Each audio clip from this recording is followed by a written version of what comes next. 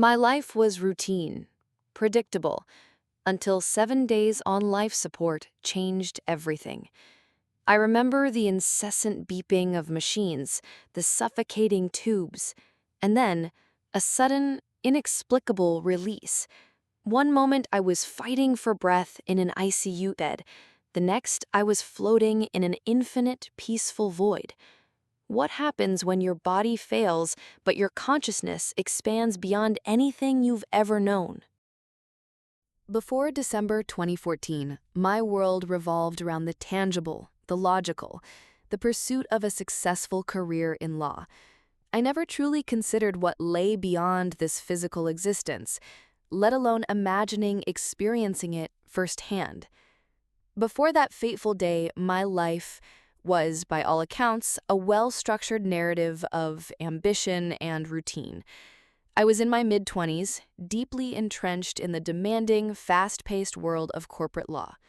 My days were a blur of legal briefs, client meetings, and the relentless pursuit of perfection.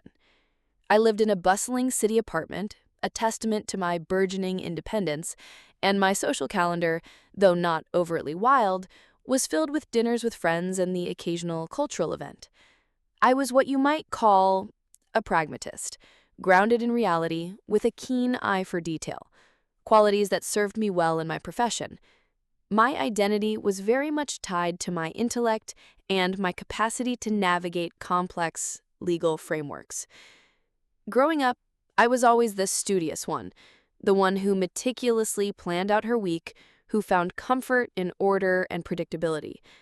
I remember one summer afternoon when I was about 10, sitting by myself in our backyard, completely absorbed in a challenging puzzle. The world outside faded away. It was just me and the intricate pieces, each one finding its rightful place. That singular focus, that quiet determination to solve a problem, pretty much defined my approach to life. Conversely, I also recall a time in high school when a close friend experienced a significant loss, and I found myself at a loss for words, struggling to connect with the raw, messy, emotional side of grief. It was easier to intellectualize, to offer practical solutions, than to simply be present with the pain. This created a subtle distance between myself and deeply emotional experiences, a subconscious guarding of my inner world. Emotionally, my pre-NDE state was one of contented busyness. I wasn't particularly prone to dramatic highs or lows. There was a quiet satisfaction in achieving professional milestones, a comfortable rhythm to my daily life. I enjoyed my work, I valued my relationships, but there was also an underlying sense of something unspoken, a subtle yearning that I couldn't quite articulate. It wasn't dissatisfaction, more like an unacknowledged space within me that remained untouched, unexplored. Perhaps it was the absence of a profound spiritual connection, or simply the natural curiosity of a young woman absorbed in the practicalities of adult life. I wasn't searching for anything beyond what I already had, yet there was a faint, almost imperceptible hum of, "Is this all there is?" My views on life and death were, to put it mildly, uncomplicated. I considered myself agnostic, leaning towards a purely scientific understanding of the world. Death was the cessation of biological function, the end of consciousness, of finality. The concept of an afterlife, souls, or any form of spiritual existence was to me largely unproven and therefore relegated to the realm of belief systems that didn't align with my logical framework. I respected others' beliefs, but for me it was simply not a relevant consideration. There was no fear of death, nor was there any particular fascination. It was just an inevitable end, a distant horizon I rarely contemplated. Little did I know, that horizon was about to crashing down upon me, forcing me to confront realities I had never dared to imagine. The beeping of the monitors had become my constant companion in the ICU, a relentless rhythm of life support. But on that 7th day, a different kind of silence began to creep in, a profound quiet that signaled something far more ominous than any medical alarm. My entry into the hospital wasn't sudden or dramatic, not in the way you see in movies. It was a gradual, insidious creep of paralysis that began with a strange weakness in my limbs, evolving rapidly into something terrifyingly comprehensive. It started subtly, an odd tingling in my fingers, then a slight difficulty climbing stairs. Within days, that initial oddity morphed into a full-blown assault on my nervous system. I was diagnosed with Guillain-Barré syndrome, or GBS, a cruel condition where your own immune system turns against your peripheral nerves, effectively disconnecting your brain from your muscles. The doctors explained it calmly, but the reality was anything but. I watched, helpless, as my body slowly became a prison. The progression was relentless. First, my legs gave out, then my arms. Breathing became an exhausting, conscious effort, each inhale a battle I was slowly losing. The decision was made swiftly, clinically: life support. I was intubated, a tube snaking down my throat and connected to a ventilator, which became my artificial lungs. I was transferred to the intensive care unit, a sterile, bright environment filled with the rhythmic hum of machines and the hushed, urgent voices of medical staff. The days in the ICU blurred into a monotonous cycle of medication, nurses checking vitals, and the constant, unnerving presence of the ventilator.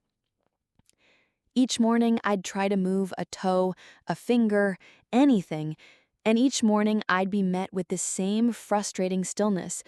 My world shrank to the confines of my bed, the ceiling tiles, and the fluctuating numbers on the monitors beside me. There were no grand premonitions of disaster, no chilling whispers in the wind, just the dull, heavy reality of being utterly dependent, a prisoner in my own skin. On the 7th day of my ICU admission, however, the atmosphere shifted. It wasn't a tangible change, more of an internal sensation, a subtle yet pervasive sense of unease. The routine felt different, somehow more fragile. The nurses seemed to spend a little longer at my bedside, their brows furrowed.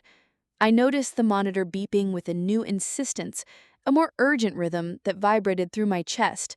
My body felt heavier than usual, almost as if gravity had intensified its grip. I tried to signal to a nurse, but my eyelids felt like lead, my tongue thick and uncooperative. There was no specific moment where I thought, "This is it." It was more of a dawning realization, a slow recognition that the fight I had been waging was coming to an inevitable conclusion. The sounds of the ICU, usually a chaotic symphony of beeps and whispers, began to recede, becoming muffled, distant. My vision, already limited by my supine position, started to gray at the edges. A profound weariness settled over me, not the physical exhaustion of my paralyzed muscles, but a deep, soul-level fatigue. It was the quiet, chilling certainty that my time had come, that the intricate network of wires and tubes tethering me to this world was about to give way. The last thing I heard, distinct and piercing through the gathering mist, was the escalating, frantic beeping of the monitors. And then silence. An absolute, terrifying, yet strangely peaceful silence. The transition wasn't violent or painful, but a profound, almost gentle detachment. One moment, the world was a cacophony of urgent alarms and fading light. The next, I was simply there, suspended in an indescribable calm, listening for a voice I'd never expected to hear. The last sensation I recall from my physical body was the desperate, frantic beeping of the monitors around me, accelerating into a chaotic symphony. It wasn't a sound of distress in my ears, but rather a final, distant echo, as if a door was closing on the world I knew. There was no pain, no struggle, just a profound and sudden lightness, an almost instantaneous release from the crushing weight of my paralyzed body. It wasn't an out-of-body experience where I saw myself from above. Instead, it felt like an internal shift, a complete decoupling of my consciousness from my physical form. One moment, I was a patient, trapped and struggling. The next, I was simply awareness, pure and unbound. I didn't open my eyes to a new scene. Rather, I simply was in a new space. There was no tunnel, no discernible path or journey. It was an instant transition into an infinite void, a vast, featureless expanse that was neither dark nor bright in any earthly sense. It was a pervasive, soft white background, a gentle luminosity that seemed to emanate from everywhere and nowhere. It wasn't a blinding light, but a comforting, almost velvety white, stretching endlessly. This wasn't a space that elicited fear or disorientation, quite the opposite. It was utterly devoid of pressure, of burden, of any kind of resistance. I felt an absolute calm and peace that transcended anything I had ever known. It was deeper than relaxation, more profound than contentment. It was an intrinsic state of being, a complete absence of strife or discomfort. In this boundless expanse, the concept of a physical body simply ceased to exist for me. I was light as a feather, unburdened by gravity or any physical sensation. I wasn't floating in a direction, I was simply floating, free, effortless. There was no sense of up or down, no spatial constraints. It was pure, unadulterated freedom, a sensation so liberating it's impossible to convey with human words. The feeling was pure bliss, a state of perfect equilibrium. Then, emerging from the boundless white, I heard it. A voice, clear as a bell, distinctly calling my name. "Pooja, come back." It was my sister's voice. This was profoundly disorienting, yet not alarming. My sister was miles away, in the waiting area of the hospital, certainly not in the ICU. Yet her voice was as real and immediate as if she were standing right beside me. There was no visual of her, no spectral image, just the pure, resonant sound of her calling. It wasn't a harsh demand, but a soft, almost pleading tone imbued with a familiar love. It was the only sound in that infinite stillness, the only anchor to a world I had seemingly left behind. In that moment, a subtle current of thought began to stir within my boundless awareness. Come back? Why? I had felt no attachments to anyone or anything in this void. This wasn't a feeling of cold detachment or indifference. It was simply a state of being where the earthly concepts of relationship and possession held no sway. There was no longing for my family, no concern for my career, no memory of my struggles. Everything that defined Pooja on earth had simply dissolved, leaving behind a pure, peaceful consciousness. This absence of attachment was not distressing, it was incredibly peaceful. The thought of returning, of re-entering the physical body with its inherent limitations and burdens, felt almost like a step backward, a descent from this pristine state. I remember consciously not wanting to go back, not because I was actively choosing death, but because the state I was in was so overwhelmingly beautiful and free. There were no other beings in this space, no luminous figures, no deceased relatives. It was simply me, this vast white void, and the faint, persistent echo of my sister's voice. There were no grand revelations about the nature of the universe or the purpose of my life, no profound insights into God or divine beings. It was a deeply personal, internal experience, stripped bare of external stimuli. What did develop, however, was a nascent understanding, a subtle knowing that transcended intellectual thought. I felt an inherent unity with nature, a cessation of the internal conflict and struggle that often defines human existence. It wasn't a sudden, explicit download of information, but a feeling, an intuitive grasp that in this state I was no longer at odds with anything. There was no resistance, no friction. Everything simply was, and I was part of that effortless flow. This feeling was not about universal connection in the sense of a grand, interconnected web of souls, but rather a personal peace with existence itself, a surrender to a natural order. The experience lasted for what felt like about 30 seconds. In that timeless space, time itself felt irrelevant. There was no speeding up or slowing down. It simply was. Every moment was imbued with the same profound calmness. My awareness, though medically unconscious, felt incredibly vivid, more so than any waking state. It was a pure, unfiltered perception, unclouded by the distractions of the physical world or the chatter of the ego. The memory of those 30 seconds remains crystal clear, sharper and more precise than any other memory from that period of my life. The details of my time in the ICU, even moments when I was fully conscious, often blur, but this experience is etched into my consciousness with an almost ethereal clarity.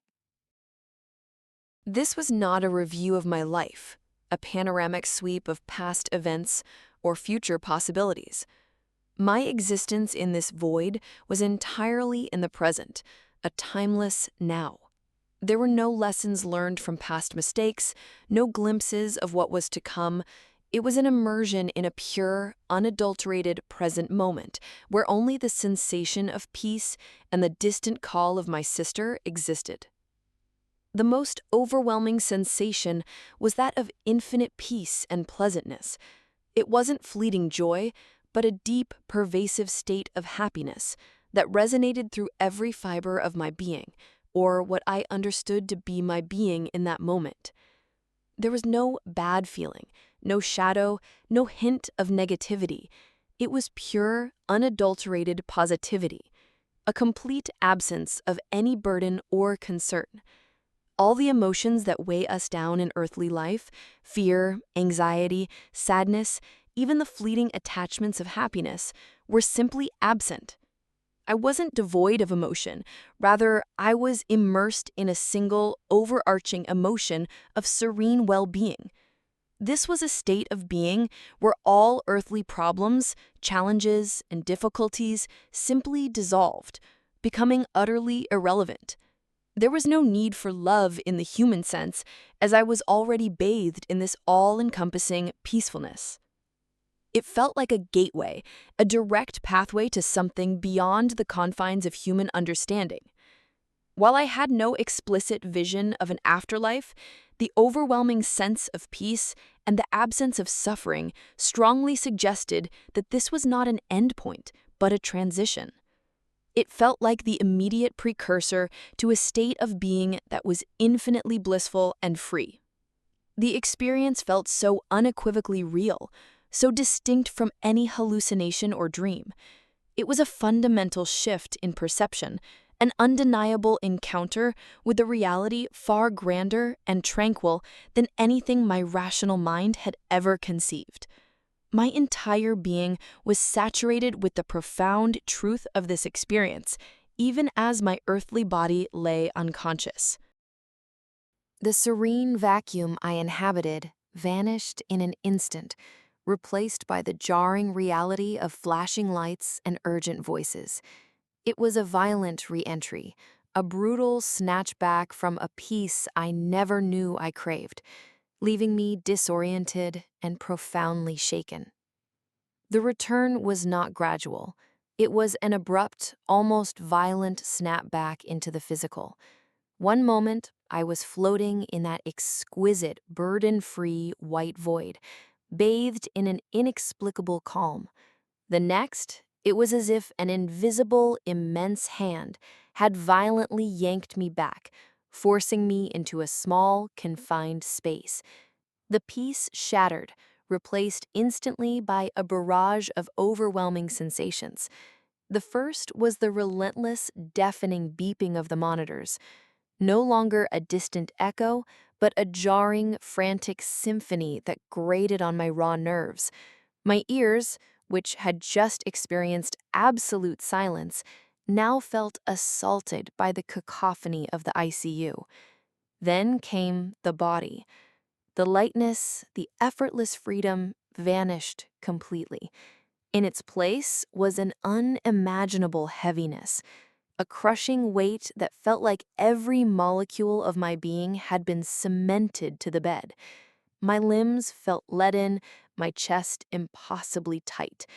There was no pain in the sense of a sharp injury, but a pervasive, deep-seated ache throughout my muscles, a profound soreness from the prolonged paralysis, and the sheer inertia of my physical form. My throat felt raw and constricted, undoubtedly from the intubation, and a wave of nausea rolled over me, a sickening lurch as my system tried to reorient itself. The sensation was akin to being dragged from a warm, comforting dream into a harsh, cold reality. It was a shock, a profound physical and sensory assault after the blissful tranquility I had just left. My eyes fluttered open, or perhaps they were opened for me, and the stark, fluorescent lights of the ICU seared into my consciousness. I saw blurred figures leaning over me, a frantic group of doctors and paramedics. Their faces were etched with urgency, their movements swift and decisive. I heard snippets of their conversations, words like SPO2, resuscitation, blood clot, though they were just jumbled sounds in my still disoriented mind.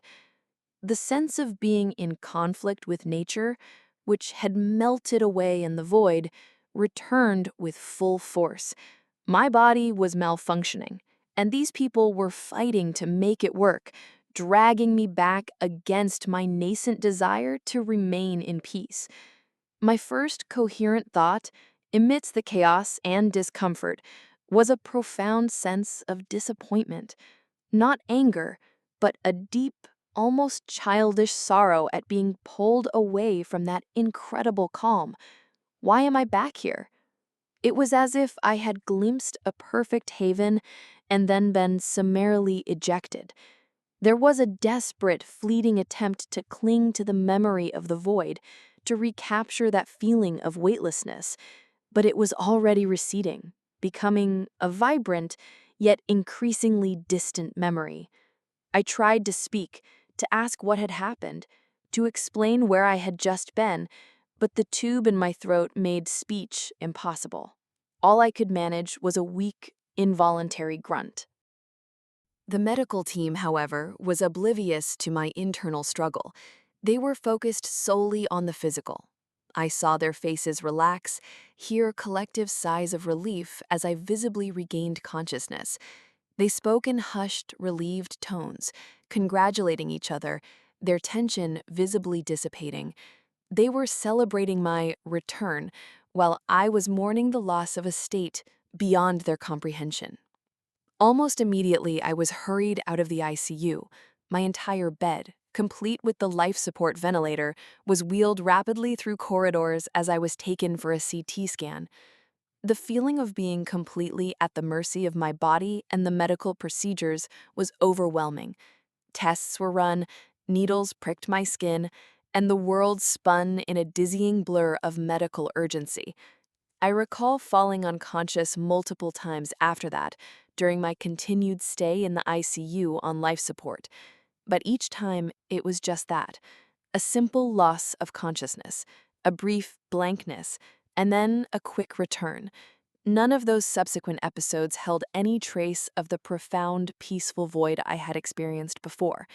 It underscored for me the unique and distinct nature of that singular event. I didn't share my experience with anyone immediately. How could I? I was still reeling from the physical trauma, the sheer exhaustion of recovering from GBS, and the relentless focus on getting better.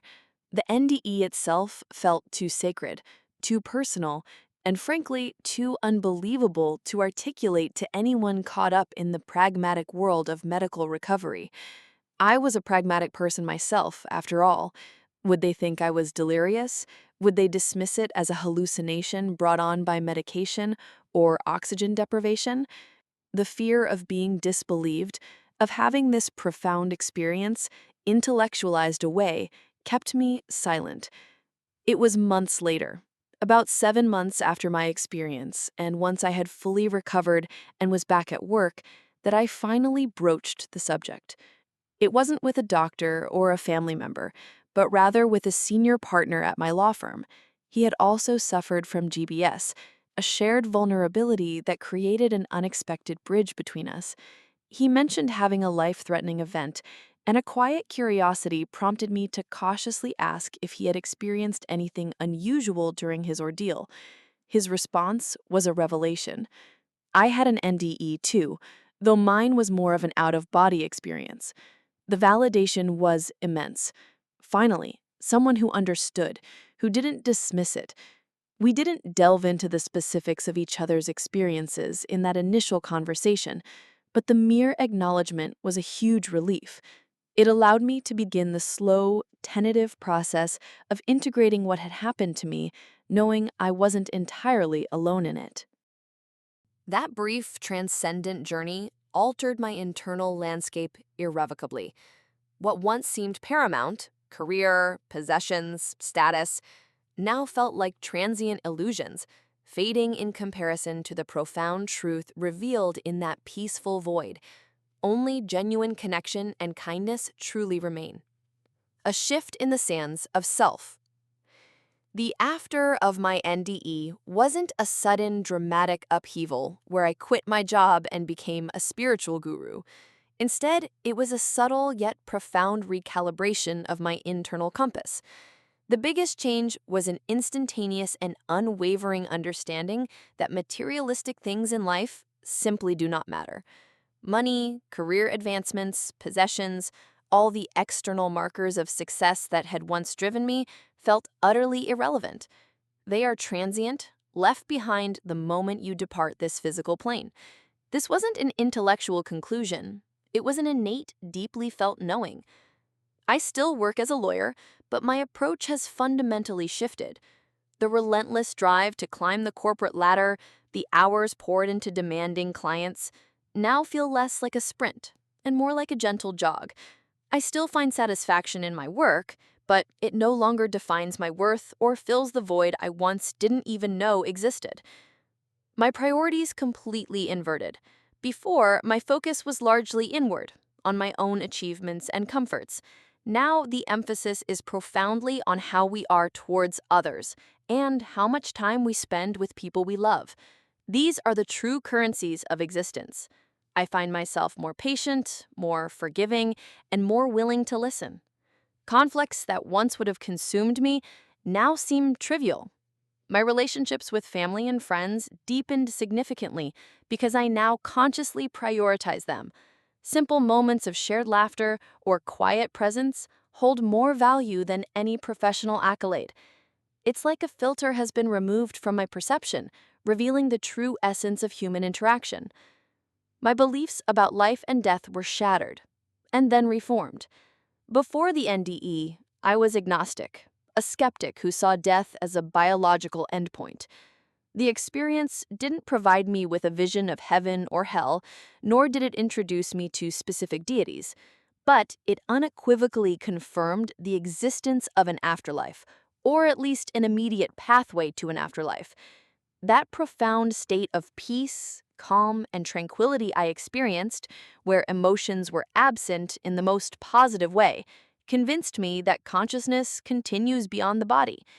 It wasn't a logical deduction, it was a felt truth, an indelible imprint on my soul. I no longer fear death. It feels less like an end and more like a gentle transition, a return to a profound state of peace. This conviction has brought an incredible sense of inner calm and acceptance to my life. The NDE also instilled in me a deeper belief in a supreme power. Again, this isn't tied to any specific religion or dogma. It's more of an acknowledgement that there is an underlying order, a fundamental force that orchestrates existence, a benevolent energy that permeates everything. My agnostic stance remains in terms of organized religion, but my spiritual outlook has broadened immensely. I feel more attuned to the flow of life, less resistant to its inevitable challenges. This newfound understanding led to a dramatic change in my values. I am now more compassionate towards others, more empathetic to their struggles. Frustration, which once easily plagued me in daily interactions or setbacks, is now a rare visitor. I feel a profound sense of satisfaction in life, not because everything is perfect, but because I've been given a glimpse of a greater truth, a fundamental peace that underlies all existence. The petty grievances and anxieties of daily life have less power over me. Integrating such an otherworldly experience into ordinary life wasn't without its challenges. For years after, I rarely spoke about it openly. The fear of disbelief, of being labeled crazy or delusional, was a significant barrier. How do you explain an experience that defies all conventional understanding? I was young, focused on my career, and the NDE felt like a secret, a profound weight I carried alone. The first few times I cautiously shared it, the reactions varied from polite bemusement to outright dismissal. One friend, though kind, simply didn't get it, offering logical, scientific explanations that felt utterly inadequate to describe the depth of what I had felt. It reinforced my initial hesitation, making me even more selective about who I chose to confide in. However, a new kind of purpose has slowly emerged from this experience. While I haven't embarked on a new mission or changed my profession to explicitly spread NDE awareness, I find myself drawn to moments where I can offer comfort and perspective. The most powerful instance was when I recently shared my NDE with a colleague who was still grieving the loss of his brother. He specifically asked if I had ever had such an experience. When I described the profound peace and the absence of pain, a tangible sense of relief washed over him.